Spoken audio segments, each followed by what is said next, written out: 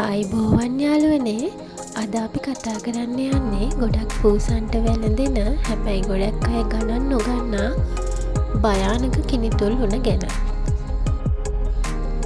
ගොඩක් අය හිතන්නේ කිනිතුල්ලෝ කියන්නේ පූසගේ ඇඟේ ලේ බොන පොඩි සතෙක් විතරයි කියලා. හැබැයි ඇත්තටම මේ කිනිතුල්ලෝ නිසා පූසන්ට ජීවිතේ වුණත් නැති වෙන්න පුළුවන්. ඒ නිසා අද වීඩියෝ එකෙන් අපි බලමු කිනිතුල් උණ කියන්නේ මොකක්ද? ඒක පූසන්ට වැළඳෙන්නේ කොහොමද? මූලික ලක්ෂණ මොනවද? ගෙදරදී ඒක අපි හඳුනගන්නේ කොහොමද? ඒ ප්‍රතිකාර මොනවද කියන කරුණු ටික. කිනිතුල්ලෝ කියන්නේ සතුන්ගේ ලේ උරා බොන කුඩා පරපෝෂිතයෝ.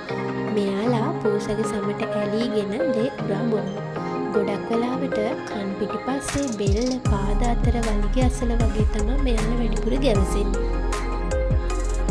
ඔයාලගේ පූසා ගෙදරින් එළියට යනවා නම්, වෙනත් සතුන් එක ගැවසෙනවා නම්, එහෙම නැත්නම් ගෙදර බල්ලෝ ඉන්නවා නම් කිනිතුල්ලෝ පැතිරෙන්න තියෙන ඉඩකඩ වැඩි වෙනවා.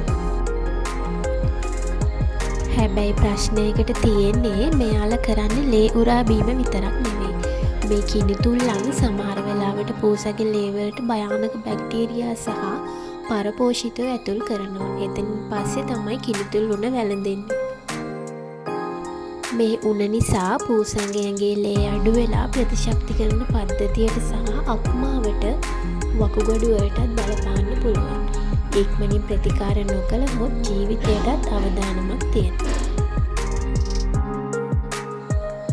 දැන් අපි බලමු මේ ලෙඩේ මූලික ලක්ෂණ මොනවද කියලා. පූසගේ හැසිරීම වෙනස් වෙන්න පුළුවන්. සෙල්ලම් කරන්නේ නැහැ, කෑම ගන්නෙ නැහැ, කොයි වෙලෙත් නිදාගෙන ඉන්නවා. මේ වගේ දේවල් වෙන්න පුළුවන්. සමහර පූසන්ට ඇඟ රත් වෙලා උණ ගන්නවා. ඒක සාමාන්‍ය උණක් වගේ දැනුණට ඒක කිනිතුල්ලන් නිසා හටගත් උණක් වෙන්න පුළුවන්.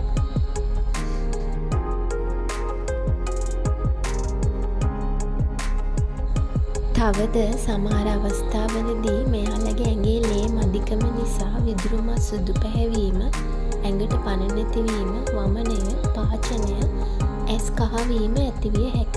මේ ඉතාම බරපතල තත්ත්වයක්. ලොම් අතර පීරා බැලීමෙන් අපට කිනිතුල්ලන් දැකගත හැකිය.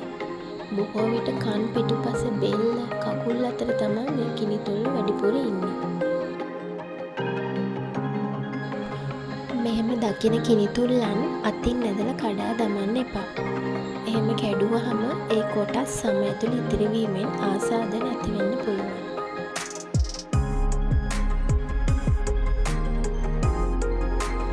ලේ පරීක්ෂාවකින් ඇඟේ ලේ අඩුකම මගින් සහ උණ බැලීමෙන් මෙම උණ හඳුනා ගන්න පුළුවන්. එම නිසා බලා නොඉඳ ළඟම ඇති සායනයට රැගෙන යන්න. කිනිතුල්ලන් පාලනය කර ගැනීම සඳහා වෛද්‍යවරයෙකුගේ අනුමැතිය සහිත ෂැම්පූ, සබන් හෝ යම් බෙහෙත් දියර භාවිතා කරන්න පුළුවන්. නිවස සහ පූසා නිදා ගන්නා ස්ථාන දිනපතා පිරිසිදු කරන්න. පූසෝ කතා කරන්න බැරි සත්තු. එයාලා අසනීප වුණාම ඒ වේදනාව අපි තේරුම් ගන්න ඕන. පුංචි කිනිතුල්ලෙක් කියලා ගණන් නොගෙන ඉන්න එපා. ඉක්මනින් හඳුනාගෙන ප්‍රතිකාර කළොත් අපේ පුංචි ජීවියාගේ ජීවිතේ බේරගන්න පුළුවන්.